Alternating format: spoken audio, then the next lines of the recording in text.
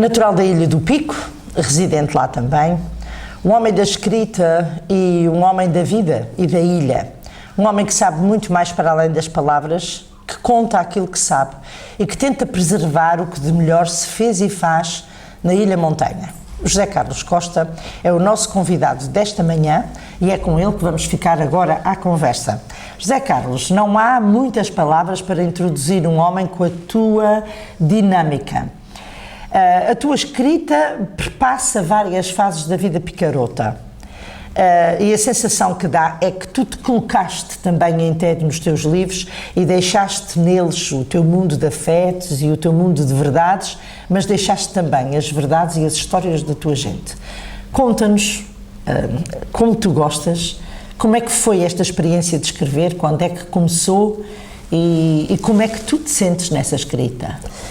Muito bom dia, Gabriela. É sempre um prazer estar aqui na Ilha das Flores, reserva da biosfera e também reserva do nosso património ilhéu.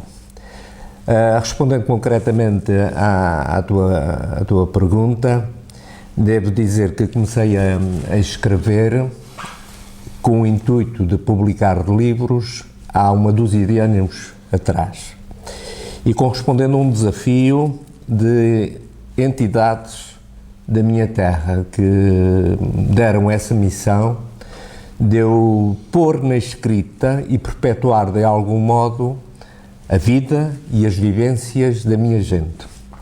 E eu, ao longo dos meus 8 livros que já escrevi sobre essa vida da minha gente, tento me colocar também no meio dela, porque eu faço parte dela, eu sou um bocado dessa gente, sou basalto do mesmo vulcão dessa gente.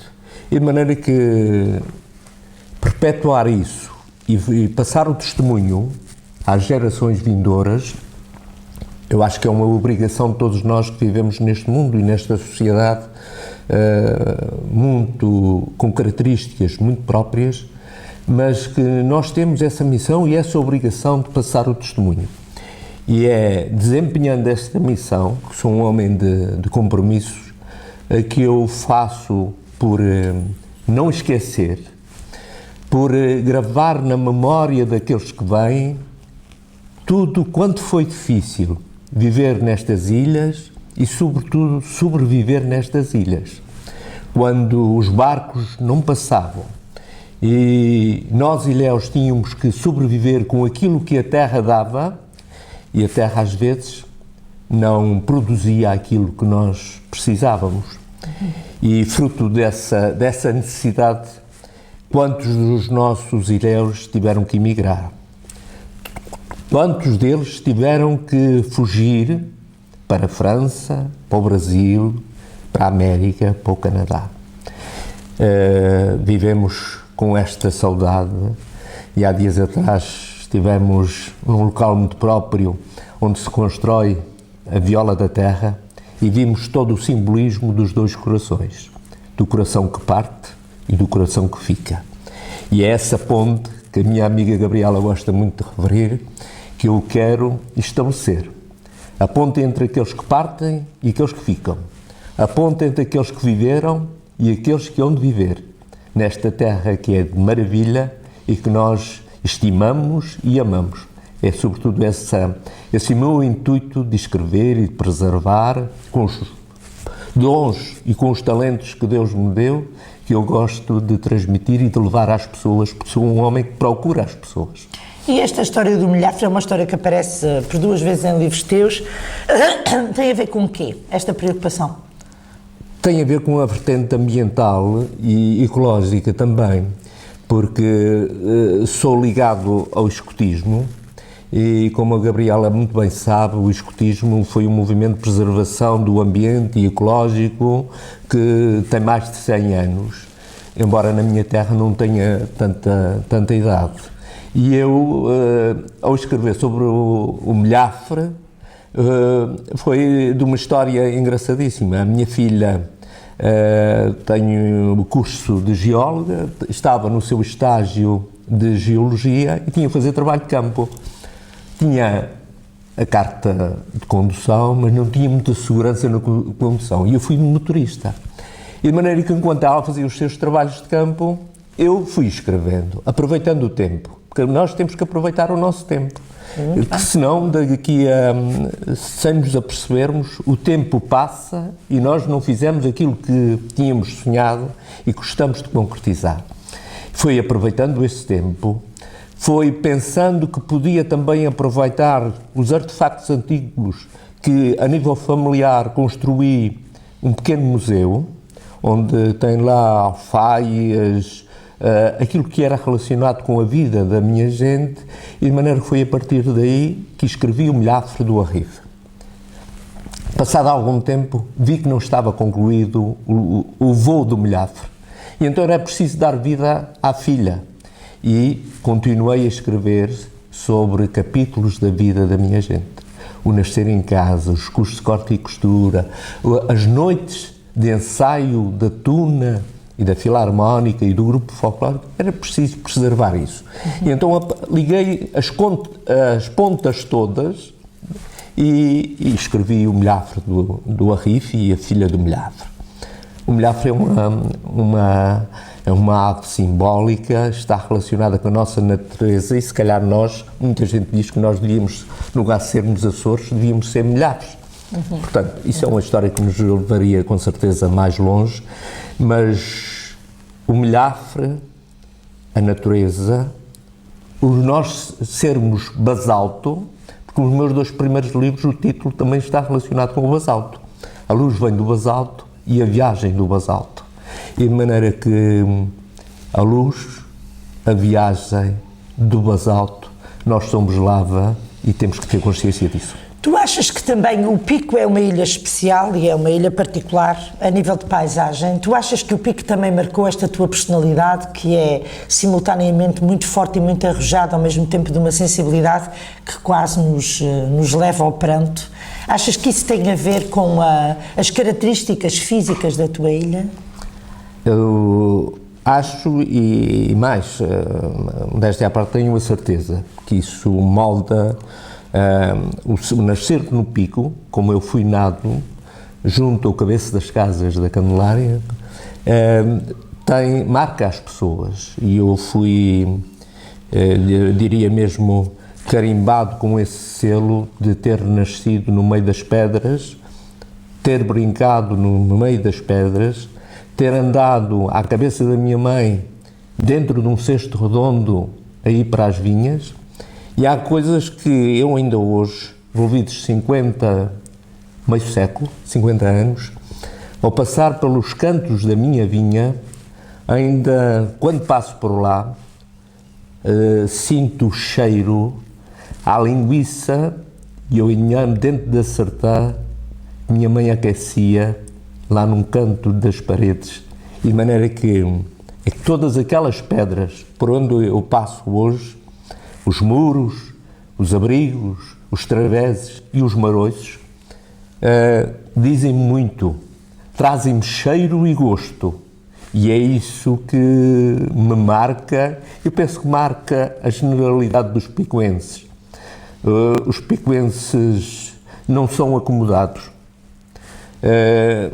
Para dizer isto e para dar uma melhor imagem desta situação, eu, graças a Deus, pertenço a um concelho, o Rosário da Madalena, que neste momento tem 6 freguesias, tem 6 grupos folclóricos muito ativos, um deles o mais antigo dos Açores, e portanto nós picoenses lavrámos a terra, fizemos a paisagem protegida da vinha, que é património mundial, e que conseguimos carregar toda esta cultura a par do trabalho, no carreto que nós trazemos do passado, desde o povoamento, nós conseguimos trazer a cultura a par do muito trabalho. Trazê-los de braço dado é extremamente difícil. É carregado de suor, de muitas lágrimas e também de sangue. A tua filha é também uma artista, para além de ser geóloga, e é ilustradora. Onde é que ela foi buscar esse lado? Foi também ao pai? De certeza absoluta que não. Não tenho o talento nem do canto, nem do desenho, certamente foi buscar isso ao lado da mãe. Mas é engraçado porque eu vejo naquilo que pude transmitir à minha filha, ela hoje é geóloga, está, entre comas, encarreirada na vida, e eu, desde que ela era bebê, pequenina, comecei-lhe a contar histórias e a improvisar histórias ao deitar. E as crianças ficam marcadas por isso. Envolvidos mais de 20 anos, ela lançou-me um desafio, foi o de eu passar à escrita todas aquelas histórias que eu lhe contei junto à cama dela quando ela era bebê. E ela lançou-me o desafio e eu abracei esse desafio e escrevi essas histórias. Ao fazer tantos livros, porque já tenho 8, a par de um que foi em colaboração com a doutora Norberta Amorim, ela também, eu reconhecia nela que ela tinha o jeito e o talento para o desenho. E um dia, em conversa familiar, disse que já tinha convidado um antigo amigo meu e meu irmão de escotismo para ir fazer as ilustrações, e ela revelou: não, pai, eu também gostava de fazer as ilustrações para um livro do pai. E eu disse: não tem nada, eu vou falar com o meu amigo Fábio e dizer que não, o pai já falou, não precisa falar. Não, vou falar, e fiquei à vontade, o Fábio pôs-me perfeitamente à vontade e ela fez. E foi uma autêntica revelação, porque eu sabia que ela tinha algum talento, 2, 3 talentos, mas não sabia que ela tinha tantos talentos. E foi a mim como pai, os nossos filhos tudo o que fazem e fazem bem, nós achamos que é perfeito, e eu achei que a Ana foi muito feliz no trabalho que fez, representou aquilo que o pai queria que ela fizesse. E, portanto, estou muito feliz com as histórias com rosto, que está praticamente esgotado, e, portanto, ela veio buscar o talento do pai nas ilustrações, certamente que não veio, mas foi buscar a algum lado, e às vezes vimos buscar a segunda, a terceira geração. Quem sabe se algum dos meus antepassados tinha jeito para o desenho. Meu pai era muito habilidoso, eu dizia que ele era um homem de toda a obra. Era um homem que fazia enxertos, que nos cestos, na cestaria, também fazia muito bem, construía muros, e, portanto, se calhar vamos sempre buscar alguns genes dos nossos antepassados. A verdade é que a presença do José Carlos Costa na Ilha das Flores teve a ver com a realização do Encontro Pedras Negras do Fringe Festival nesta ilha. Acrescentou uma mais-valia importante ao encontro: a experiência, a qualidade das suas palavras e também a intensidade com que as diz. Nada aqui fica ao acaso. José Carlos, a tua participação no Fringe foi extremamente importante, eu já te disse várias vezes, mas quero também repeti-lo agora publicamente, porque nós somos os dois séniores do encontro. Mas foi extremamente positivo, e ontem, nas 4 horas de trabalho que tivemos juntos, ficou perfeitamente claro que faz falta a dinâmica dos mais velhos neste tipo de encontros, porque temos a valorizar o nosso trabalho, a nossa experiência e as nossas vidas. Eu, ano passado, estive contigo nas Flores, na altura do lançamento do teu livro, este ano contigo no Pedras Negras, e este encontro ontem disse uma coisa na hora do jantar que foi muito importante para mim. Nós falamos mais neste encontro do que muitos casais falam durante, às vezes, meses. Ficámos a conhecer-nos todos muito bem, porque partilhámos experiências pessoais e intimistas, revelámos coisas, e, portanto, foi extremamente bonito este encontro. Eu queria que tu, assim, à tua maneira e com este ardor que tu colocas nas palavras, com esta emoção que tu tens em tudo o que dizes, me falasses um pouco do que é que tu sentiste também neste encontro e do que é que isto representou para ti, este nosso encontro. Eu penso que foi extremamente importante, e para além do pensar que foi importante, eu saio das Flores, se o tempo o permitir, mas se não me permitir, nós havemos de desfrutar toda esta paisagem e toda esta beleza das Flores. Eu sinto uma felicidade muito grande para além de participar num encontro de pedras negras e de escrita, o facto de ter conhecido muitos amigos, de ter construído uma amizade com mais um conjunto de pessoas mais novas do que nós, como a Gabriela referiu, e que são pessoas extraordinárias. E que, para além da realidade da sua escrita e daquilo que vão escrevendo, desde contos infantis a outro tipo de escrita, de ficção, de romance e tudo mais, eu penso que, para além dessa realidade, há uma promessa na vida deles, que é a promessa de continuidade, de continuar a lutar e de fazer da escrita o modo de ser que cada um é. E, portanto, eu saio desta ilha, ao terminar este encontro de Pedras Negras, com a sensação de que este encontro não termina aqui. Hoje é o último dia em calendário ou em programa do encontro. Mas eu penso que o encontro não terá fim. Nós, dificilmente, como eu dizia ontem na sessão de encerramento, nós provavelmente não nos havemos de encontrar todos os que participaram, mas nunca mais havemos de desencontrar deste encontro. Eu, na mensagem que o Theory, e a quem eu presto a minha homenagem e o meu reconhecimento pelo trabalho feito, eu acho que aquilo que ele tinha pedido como objetivo deste encontro, eu tinha referido que era sentir saudades do encontro.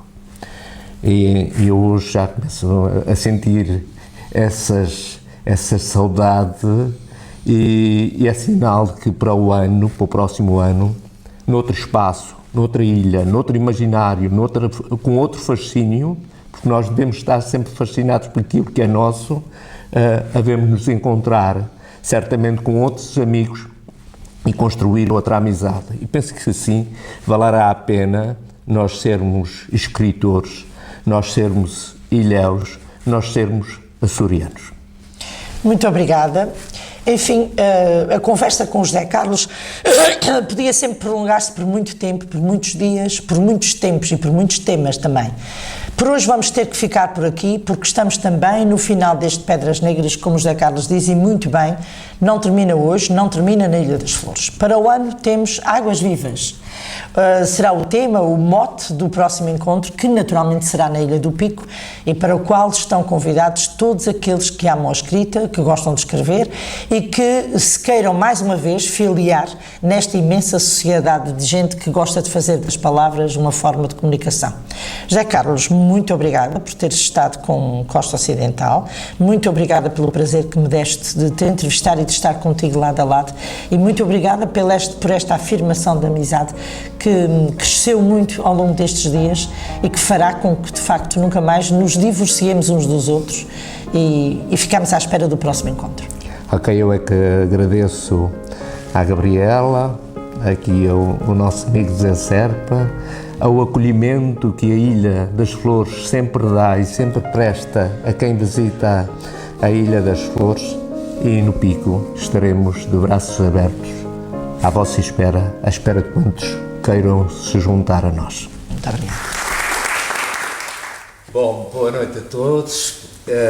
Já o ano passado, no mês de agosto, estive aqui neste mesmo espaço, dando conta do meu imaginário e da minha vontade de escrever sobre a vivência do povo ilhéu.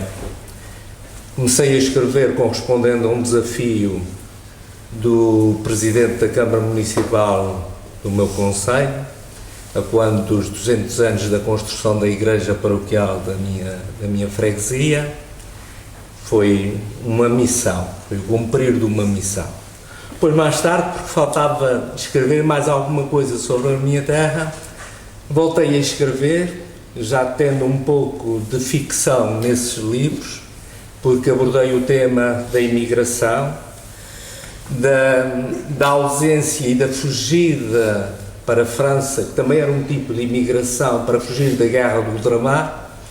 Abordei o próprio tema da guerra do ultramar, a participação por falta de possibilidades das famílias em irem para o seminário com os filhos, no sentido de se enriquecerem e de formarem a sua vida, e portanto fui escrevendo assim. E portanto, estes são os 2 primeiros livros da minha vida, são os meus 2 primeiros amores da escrita. Este tal da Igreja da Paroquial, este Viagem de Basalto. E na Viagem de Basalto nós podemos encontrar o mapa mundo aqui, porque nós, ao sermos ilhéus, nunca poderemos perder a consciência que somos cidadãos do mundo. E, portanto, há a mala que é quase como uma viola da terra dos 2 corações. A mala que vai, a mala que vem, a lágrima que escorre, porque há sempre a angústia, a tristeza da separação. Mas também há a mala que chega e a alegria e a festa. O basalto, a lava, que é o sangue da rocha. E, portanto, temos o mar. São estes.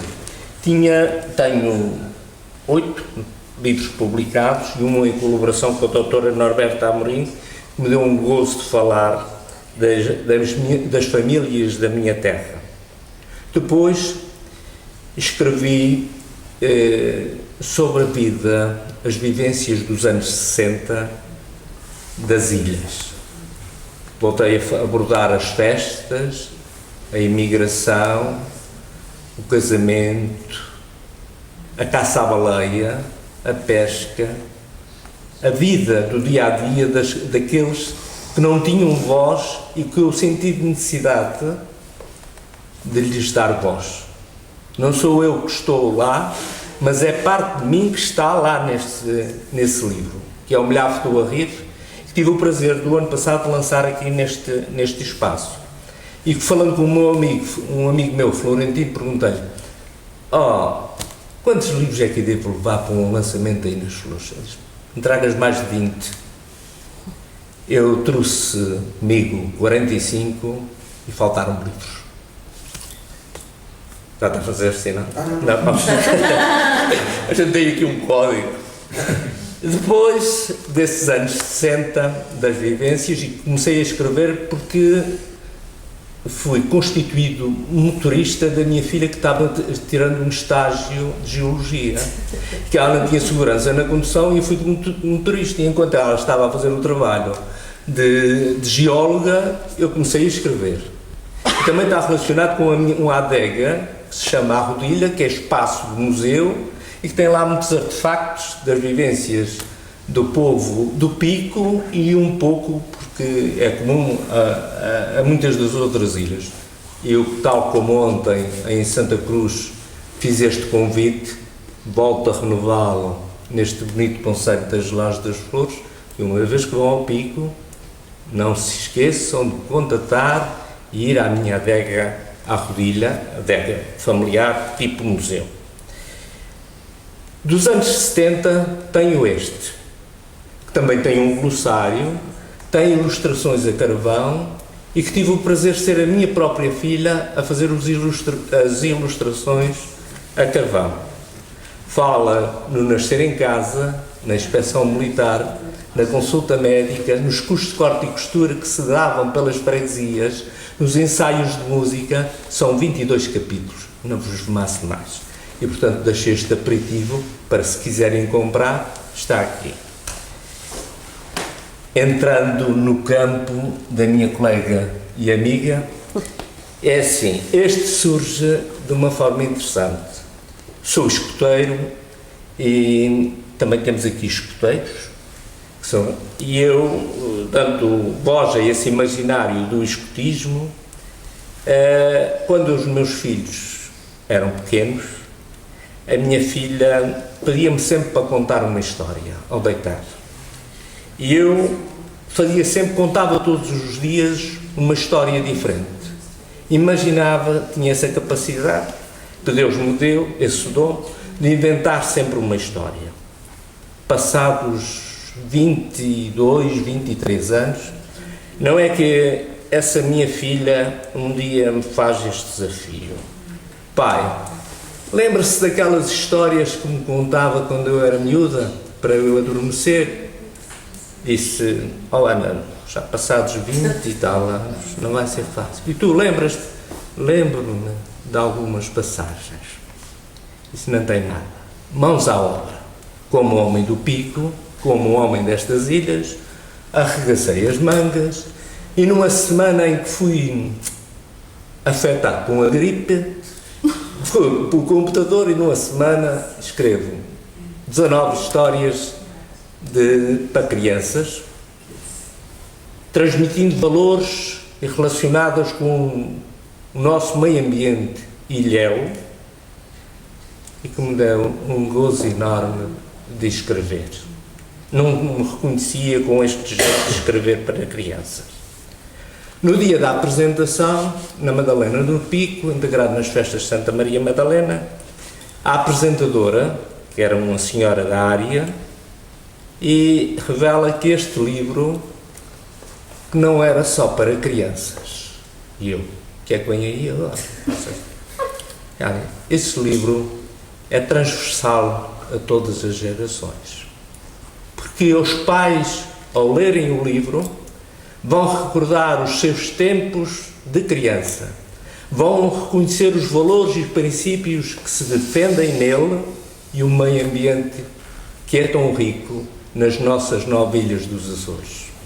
Portanto, aqui estão os livros, tem mais 4 ou 5 em áreas também diferentes, e é esta necessidade que eu sinto de escrever, de construir muros de palavras e de pensamentos. Muito obrigado pela vossa atenção. A banca onde todos gostávamos de nos sentar. O jantar à meia luz. A avó, já cansada das panelas das 6 da manhã, dos tios, do avô, dos netos, da casa do forno, a dormitar de braço em cima da mesa e cabeça em cima do braço. Tenho mesmo saudades da avó. Cresci no campo e agora trabalho no campo. E não adianta pôr por palavras que em São Jorge, na Graciosa ou no Faial, uma vaca, uma ovelha, uma pastagem, uma cerca, o verde, a terra, as galinhas me fazem recordar a avó. O monte e o dia a dia nos meses de verão. Isso não se põe por palavras. Isso sente-se. Ficou cá dentro, como ficou a avó. O relógio da avó parou. O pêndulo ficou lá atrás. Vivo na dualidade de pertencer um pouco a todos os lugares do mundo. E no mundo, nem todos os lugares me pertencerem. É este o fruto do meu trabalho. Desde pequena estou habituada a saltar muros e cercas, passar arames farpados. Lembro-me de andar no campo com os tios, na herdade dos avós, no Alentejo. Estar calor e nós entre o arame de baixo e o do meio, de costas dobradas e as mãos dos tios a ajudar.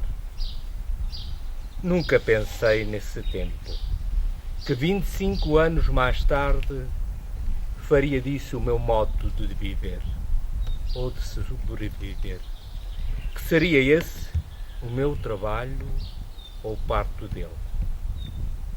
Passo muitos dias em redor dos postes elétricos, curvada e de olhos atentos no chão. Tanto faço que começo a achar que algum dia Um agricultor me há de perguntar: a menina perdeu alguma coisa? E sinceramente não sei o que dizer. Sim, perdi um milhafre. Perdemos. Perdeu a natureza. Acho que direi isto.